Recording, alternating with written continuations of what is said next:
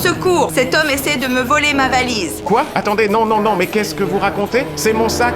Non, faux. Oh, mais non, arrêtez! Ce n'est pas du tout votre valise, je vous assure. Si, c'est la mienne. Je l'ai depuis 10 ans, je sais. Je connais votre fonctionnement. Les gens comme moi. Thieves! Je ne suis pas voleur. Vous en avez vraiment l'air. Pourquoi? Parce que je suis noir? Au moment où les deux allaient vraiment se disputer, la police de l'aéroport est vite intervenue pour les séparer. Puis elle a écouté la version des faits racontée par la femme. Et j'ai entendu une annonce disant qu'il y avait un changement de port. Alors je me suis approchée de ce moniteur. J'ai lâché ma valise un instant pour vérifier mon billet. Et quand je me suis retournée, il partait avec ma valise. Monsieur, est-ce que c'est exact? Non, et je peux le prouver. Marcus a sorti sa carte d'embarquement et a demandé aux policiers de vérifier avec l'étiquette du bagage. Mais même si le numéro du billet correspondait parfaitement à celui de la valise, Karen refusait totalement d'entendre leurs explications. Peu importe ce que dit l'étiquette, c'est impossible que ce soit sa valise. Pourquoi êtes-vous si sûr? Vous voyez cette éraflure? Eh bien, un taxi l'a accrochée avec son pare-choc pour mon 25e anniversaire de mariage à Paris. Alors, est-ce que votre valise a une petite éraflure ici? Au final, les policiers n'ont eu d'autre choix que d'employer la dernière solution, ouvrir la valise pour vérifier ce qu'il y avait à l'intérieur. Et dès qu'ils ont obtenu l'accord des deux côtés,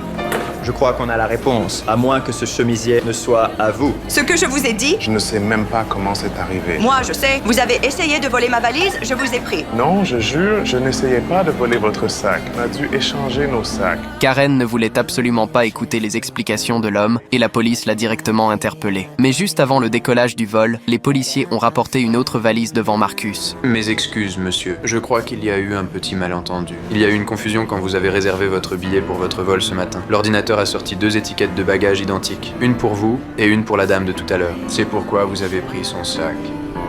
Au final, les policiers ont relâché l'homme et Karen a elle aussi compris où était le problème avec la valise. Oh non, ce pauvre homme disait la vérité. Oh mon Dieu, qu'est-ce que j'ai fait? La femme voulait s'excuser auprès de Marcus, mais il était déjà trop tard. Alors, pourriez-vous me rendre un service et faire en sorte que la sécurité l'ait vite?